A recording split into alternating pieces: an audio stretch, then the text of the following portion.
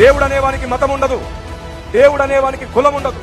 ఒక మాట గుర్తుంచుకోండి, ఇప్పటి వరకు ఏ మతం ద్వారా గాని, ఏ కులం ద్వారా గాని, ఏ రాజకీయ పార్టీ ద్వారా గాని, ఏ సేవా సంస్థ ద్వారా గాని, ఏ పోలీస్ వ్యవస్థ ద్వారా గాని మాంత్రికులు మారలేదు, దొంగలు మారలేదు, వ్యభిచారులు మారలేదు, శాడిస్ట్ మొగుళ్ళు మారలేదు, పేక ఆటగాళ్ళు మారలేదు, లంచగుండులు మారలేదు. ఇదిగో ఈ పరిశుద్ధ గ్రంథం పట్టుకొని ఎందరో దొంగలు మారారు, ఎందరో వ్యభిచారులు మారారు, నరహంతకులు మారారు, శాడిస్టులు మారారు, ఎందరో మోసగాళ్ళు మారారు.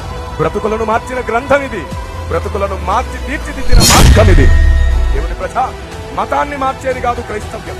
నేను ఈరోజు అధికారికంగా ప్రకటిస్తున్నాను, ఎవరూ మతం మారు, ఎవరూ కులాలు మార్చుకోవద్దు, అందరూ మనస్సు మార్చుకోండి చాలు. మనందరినీ కన్నదేవుడు ఒక ఆయన ఉన్నాడు, ఆయన్ని తెలుసుకోమన్నదే క్రైస్తవ సువార్త. ఆచారాలు మార్చడం క్రైస్తవ సువార్త కాదు, సాంప్రదాయాలు మార్చడం క్రైస్తవ సువార్త కాదు, దేవుణ్ణి పరిచయం చేయడం మాత్రమే క్రైస్తవ సువార్త. మేము దేవుణ్ణి పరిచయం చేసే ప్రజలు.